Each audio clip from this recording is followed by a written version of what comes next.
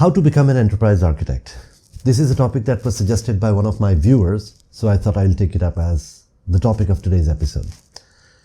But before we get into how to become an enterprise architect, we will look at why should you become an enterprise architect, and do you have the right reasons to become an enterprise architect. And then we'll go into the how, and we'll look at how to change the mindset that will help you become a better enterprise architect. And then towards the end, I will give you a couple of tactical tips on how to maneuver your career or how to chart your career path towards enterprise architecture.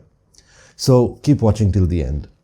But before we start with the topic, I would like to remind you that if you're enjoying the videos that I am publishing here on Enterprise Architecture Radio, then like and subscribe and click on the bell icon. And if you have friends who you think will enjoy these videos, if you're a part of a WhatsApp group or a Telegram group, then share these videos with them as well. Let them enjoy the videos as well.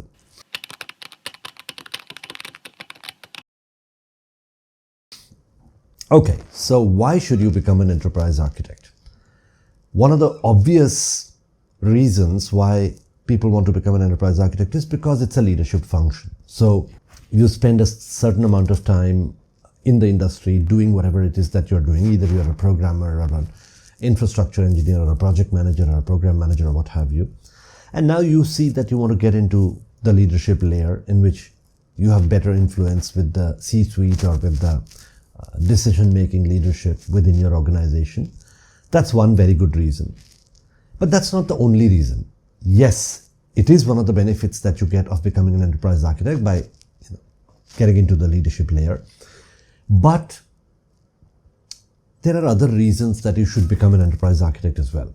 One is you enjoy systems thinking, all right? You have an interest in systems thinking. You look at things and you look at its dependencies on other things. You look at systems and how they depend on other systems and how they impact other systems. Basically, you have a bigger picture view and you enjoy the inner workings of the bigger picture view. Another good reason could be you want to build systems that last long. You want to build systems that, and when I talk about systems, I'm not talking about applications per se, I'm talking about systems. A system is how an organization functions, or anything can be a system, and we'll get into the definition of systems some other time. But essentially, you want to build systems that last a really long time. You want to build systems that are stable and strong and, of course, malleable to change. If you have these kind of interests, these are good reasons of why you should become an enterprise architect. But enterprise architecture is different from systems architecture or solutions architecture for that matter, right? When I talk about solutions architecture, that can be broken down further into either application architecture or infrastructure architecture or, and so on. So it's different. And what is the difference between enterprise architecture and solution architecture? I've talked about it. I have an extensive podcast on it, but briefly, a solution architect is like a construction architect, and an enterprise architect is like a town planner. Now, I know in my previous episode, I gave you an example of a construction architect and enterprise architecture, but here I'm trying to show you the differences, right? A solution architect, or a construction architect for that matter, looks at a house and designs the house and builds the house. So he looks at how the different rooms within the house are placed, or what is the size of the rooms, or what is the access routes of the house, or what does the house look like from outside and inside, and so on and so forth. It's very intricate. He might even get into the lower level details of interior design, for example, or aesthetics, or electricals, or plumbing, or sanitation, or what have you. A town planner, on the other hand, which is the corollary of enterprise architecture, has a much wider picture view. Okay, he looks at the entire town. He doesn't look at every individual house. He looks at how all the houses within the town are placed. What are the roadways? What are the overall town sanitation plans? Overall town electrical plans? How are we going to pass electricity, and so on and so forth. They also look at the population growth. How many people are going to enter the town or going to, become a part of the town over a period of time, and how are we going to manage the population. So it's a much bigger picture view for an enterprise architect. So if you are, and only if this applies to you, if you've been in your career for the last 8-10 years or more, and you've been a solution architect, and if you are interested in a bigger picture view, then you can become a good enterprise architect. You see, people believe that an enterprise architect is a lot more senior than a solution architect, but that is not necessarily the case. I know solution architects who have 25, 30 years of experience who have deep expertise in whatever it is that they are doing, and they are earning quite a lot of money, and they are quite senior in the organization, right? In fact, there might be enterprise architects who are a lot less senior. In fact, I had an enterprise architect who was reporting into me who was a fresher, who had absolutely no experience, right? It's very rare that that happens, because to become an enterprise architect, you at least need about 8 to 10 years of experience, and preferably an understanding of how an organization works, various aspects of the organization, and not deep expertise in one field. But that is not a rule. It is preferable, but not necessary. You can train even a fresher to become an enterprise architect, have a career in enterprise architecture. So, once again, an enterprise architect has a wide-angle view, and a solution architect has a deep expertise, right, in a particular field. So, that's the main difference between a solution architect and an enterprise architect, and there is no seniority, right? Enterprise architects are not senior solution architects. That's not the case. So, if that's the reason why you want to become an enterprise architect, assuming that you cannot grow as a solution architect, it's not the right reason. You need to understand that even as a solution architect, you can grow in your career, right? But an enterprise architect is definitely a strategic role, and I will not deny that, right? It definitely gives you access to senior leadership, because you need to understand the business perspective. Another quick point I would like to say is what I have realized. Today, I am not an enterprise architect. I've not been an enterprise architect for the last 11 years, right? I was an enterprise architect 11 years ago. I started my career as an enterprise architect 16 years ago, and then moved on to another role 11 years ago. But the mindset of an enterprise architect has remained with me. Looking at things from a strategic standpoint has remained with me. I have not specialized in a particular field for a very long period of time. I've been specialized in many fields in different phases of my career. So initially I started as a programmer, and then I became an enterprise architect, and now I'm into infrastructure and technology. So I don't have deep expertise of 25 years. I have deep expertise of 9, 10 years over a period of time in different phases of my life. And I've tried to widen my scope rather than deepen it, because I have that, liking, I have that preference. So that's why you should become an enterprise architect. Now, the question arises is, how should you become an enterprise architect?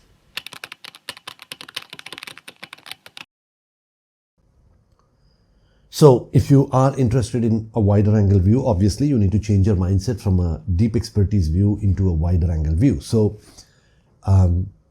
one very interesting concept that I would like to introduce here is called Conway's Law. The Conway's Law says that organizations design systems that mirror their communication structure, right? What that means is, if the organization's deliverables are brittle, okay, they don't communicate well within them, it essentially means that the teams, the structures within the organization are brittle and they don't communicate really well. If you see that a system is very well designed, it is flawless, it is smooth in its communication between various systems, it is agile, there's a good chance that the teams that have designed these systems are also that way. They have good communication between them. They collaborate really well, they work really well, and the organization structure is designed better. So, if you want to become an enterprise architect, start using Conway's Law. Conway's Law is a diagnostic tool, right? It basically, when you look at a system, try to predict the organizational structure based on the system. If there is a software, for example, and it's been written and the software is brittle, if there is a software and it's flawless, if there is a software that has certain areas that are good and certain areas that are bad, based on what the deliverable is, try to predict the organizational structure or communication structures of that organization. What this will do is it will give you a wider angle view. You will not just be looking at software, systems, deliverables, you will be trying to look at the organizational structures as well. And after you have done a prediction, try to analyze how the teams have been designed, all right? Start looking at systems within your organization. What are the team structures? What are the deliverables that are coming out of the team structures, and are they matching them or not? It's a good law, and I've seen in the last 3 organizations that I've worked for that it usually predicts the organizational structures very well. And then, so once you start looking at this, form a natural habit of looking at organizational structures based on the deliverables that you see. It's easy to see the deliverables, right? And then, because it's considering that we've had deep expertise and we've always had deep expertise in a particular area of the business, we sort of have tunnel vision and we ignore the other aspects of the organization. This will force your mind to start looking at things from a big picture view. And then we've got something called a reverse convey maneuver.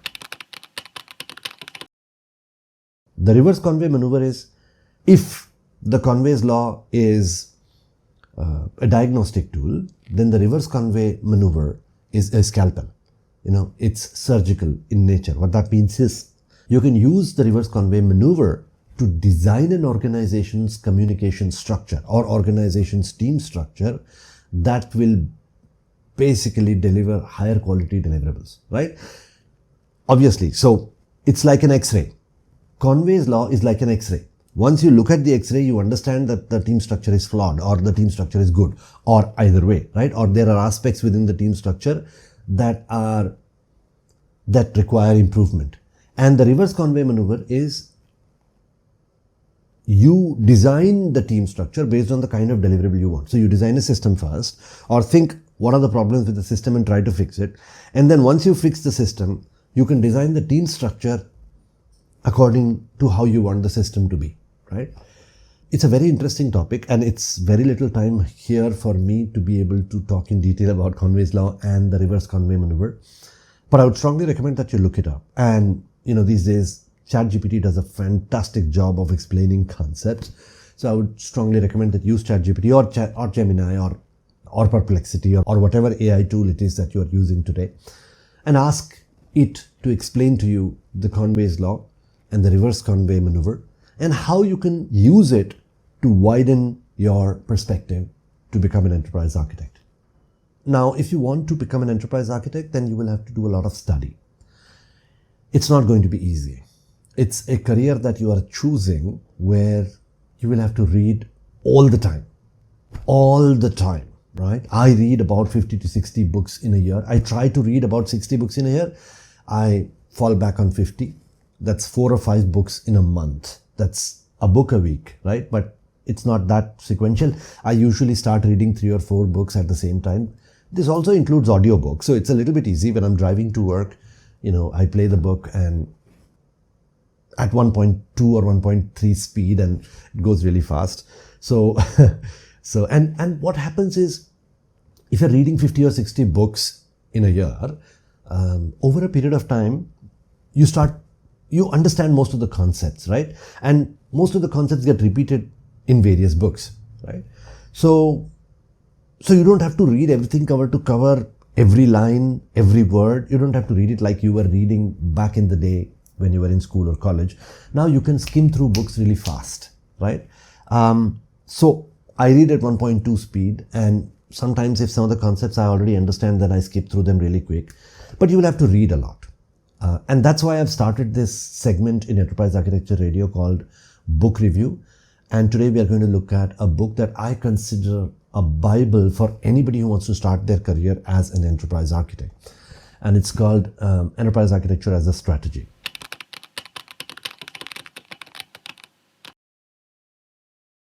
This book was written by Gene W. Ross, Peter Well, and David C. Robertson. And it's a very interesting book because it says that enterprise architecture is not just tech, right? People usually believe that enterprise architecture is about IT. And that's the reason why I was talking about pharmaceutical industry so much in the last couple of episodes. Because I think that understanding the business is absolutely core to being an enterprise architect. So if you're not interested in understanding the business, and this could be any business, like if you're in the pharmaceutical industry, okay? If you're not interested in pharma, if you're not interested in medicine, if you're not interested in drug development, then enterprise architecture is not really for you, my friend, right? And I'm talking about understanding it deep, like protein folding and how protein folding helps developing a new drug, or how drug development, and it could be any other business for that matter, finance, how are mutual funds created, how are investment instruments created, what is real estate. If you don't understand it in depth, right, you will not be able to translate it into technology, right? So what this book talks about is that enterprise architecture is not a tech thing, it's more a business capability, and then very interestingly, it also talks about technology and IT. It says that it is perceived that IT, like for example, people talk about business IT alignment, right? Why do we talk about business IT alignment? We never talked about business manufacturing alignment, or business marketing alignment, or business HR alignment. Then why do we talk about business IT alignment? Because there's a perception that IT is separate from the business for some reason. In my opinion, the reason is because back in the day when IT was not a part of the organization, there were other organizations that used to do IT, and business used to go to them and get systems built from them. And there was an alignment absolutely necessary back in the day. I also feel that people who do technology have a different mindset, engineering mindset. The rest of the business has a different mindset, and that's why. That's why this gap has come in. But in my opinion, there shouldn't be. We should not be talking about business IT alignment, because IT is also a part of the business, like marketing, like HR, like manufacturing, like finance, like accounting. So if everything is a business, why is IT isolated? Anyway, so this book talks about that a little bit and touches over it. And then it goes over unification and diversification, right? What is unification? What is diversification as an operating model? There's a very interesting concept that is introduced in the book called the operating model matrix, in which there are 4 segments in the matrix. This diversification, replication, coordination, and unification. On the y-axis, you have integration. On the x-axis, you have standardization, and so diversification is low standardization and low integration, where everything is fragmented, nothing is standardized. The advantages of being in diversification is that there's a lot of innovation, there's a lot of autonomy. People can do whatever they want to. And on the extreme other end of is unification, where there is high standardization and high integration, and while innovation and autonomy is less, all systems are integrated and everything works flawlessly.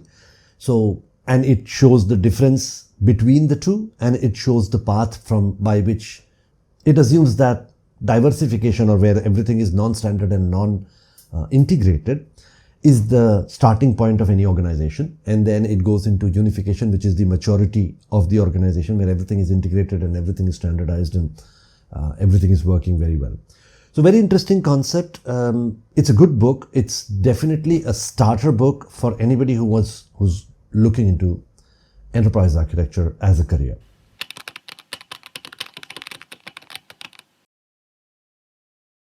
And now we talk about a couple of tactical tips of how to mark your career and towards enterprise architecture, how to chart your path towards enterprise architecture. First thing is build a portfolio of strategic wins.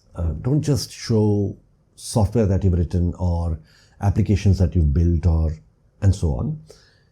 When you talk to stakeholders, or when you showcase your portfolio, showcase it as a portfolio of strategic wins.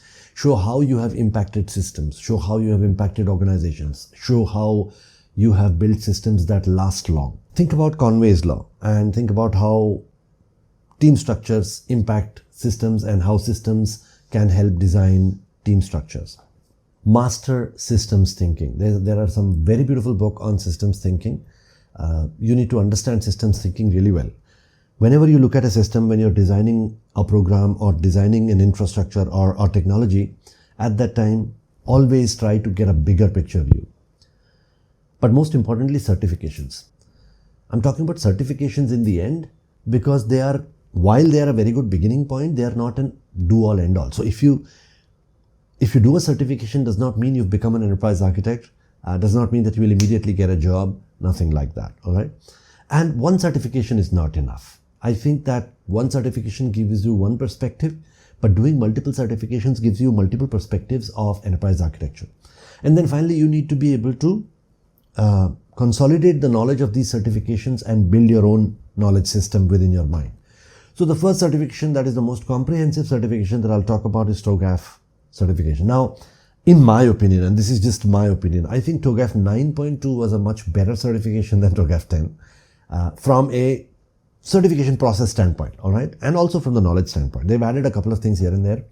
They've split the overall TOGAF structure into multiple segments, and they have focused quite a lot on the series guides and study guides. But I think the structure was much simpler earlier, and the process also was much simpler earlier. The training also was much simpler earlier. But still, TOGAF 10 is still the best certification out there for enterprise architecture, because it's quite a comprehensive certification and it covers most of the topics that you will need to know as an enterprise architect. Get a good training provider and get a good training. I am myself trying to create a sort of, not a certified training, authorized training program by Open Group, but combine all the knowledge of the Open Group architecture framework and put it into a consolidated thing, and then let me know if you're interested in that kind of a thing. It'll be interesting for me. It's good amount of work for me, but it's also very interesting, so I'll do it anyway.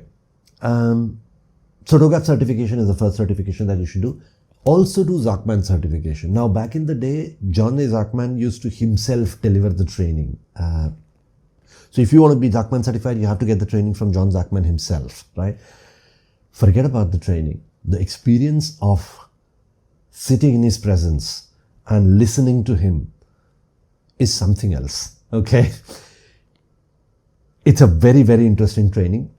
I would strongly recommend that meet him. He's an old man, and you should not lose the opportunity to talk to him. He's the father of enterprise architecture. He was the one who coined the term enterprise architecture. So being in his presence and having a discussion with him is something else.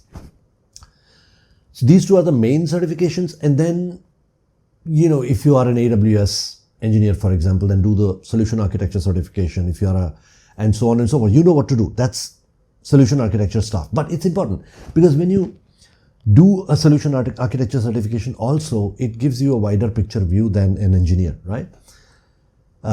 It won't immediately turn you into an enterprise architect like I told you before, but it helps changing your mindset little by little. And then there is the Agile Safe Architect or Certified Safe Architect. Safe is scaled Agile. Again, while Agile is integrated into TOGAF now, it's very important to understand what Agile is. There are a lot of people out there who say that Agile is dead. I don't believe in it. I think Agile in principle is absolutely beautiful. The only reason why they are saying that Agile is dead is because they don't understand Agile properly and haven't applied the principles properly, and that's why Agile is dead. If you apply the principles of Agile, if you understand Agile, then they're really good today as well. So I would strongly recommend you do an Agile certification and then moved on to Scaled Agile certification, because it again changes your view and gives you a wider angle view. And then there is modeling techniques that you should learn. So for example, Archimate is a modeling technique which helps you document your enterprise architecture. Definitely do, whether you do certification or not, but definitely study Archimate as a modeling tool. You could study business process modeling language as a modeling language. Helps you in, again, documenting the enterprise from a business standpoint. So these are some of the certifications that you can do to become an enterprise architect. But once again, like I told you in my previous episode also, I did the certification and I had no idea what the hell I was supposed to do with the knowledge. I went and implemented it as an enterprise architect, and that's when I really started understanding, and that's when I became an enterprise architect. So it takes a lot more than certification to become an enterprise architect, at least in your head. I'm not talking about the title. You'll definitely get a job as an enterprise architect once you start doing these things, because it changes your mindset and it opens your mind to opportunities that come along, right? If you are thinking about enterprise architecture all day long, if you see a job posting on LinkedIn as enterprise architect, you will notice it. If you're not thinking about it, you'll not notice it. So, eventually opportunities will come along, and if you're ready for it, if you've done all these certifications and if you've studied all these books, and if you've expanded your mind from a solution design thinking to a systems thinking, widened your perspective, then it'll be very easy for you to get the job. In summary, look up Conway's Law, look up reverse Conway's maneuver, do all these certifications, TOGAF, Zachman, Agile, Scaled Agile, and all of this. Expand your mindset. Start reading books. Start reading books about systems thinking. Start reading books about enterprise architecture. Definitely get your hands on enterprise architecture as a strategy. And you will be on your way to become an enterprise architect. That's a wrap for me. If you're enjoying the videos, then like, subscribe, and click on the bell icon. And if you know someone who would be interested in this kind of a content, then share the link, share the video with them. If you're a part of a WhatsApp group with like-minded people, share it with them. It helps me and encourages me to keep creating videos like this. If there are things that you would like to talk to me about, topics that you would like me to cover, like this one, for example, then let me know. You can comment on the YouTube, or you can join the Telegram group. The Telegram group is called Enterprise Architecture Radio. We also have a Discord server called Enterprise Architecture Radio, so you can join those. We also have a LinkedIn group called Enterprise Architecture Radio. You can join that as well and talk to me. I am very much available. But more important than talking to me is to talk to the people who are already a part of this group. See, Enterprise Architecture Radio is not just a podcast. I want this, it's a passion project for me. I do all this hard work of recording and publishing and editing and all of this because I enjoy talking about this stuff, right? I enjoy talking about business. I enjoy talking about technologies. I enjoy talking about architecture. And I enjoy talking to people who are like-minded. So, don't just talk to me, talk to everybody. We have quite a lot of people on Enterprise Architecture Radio.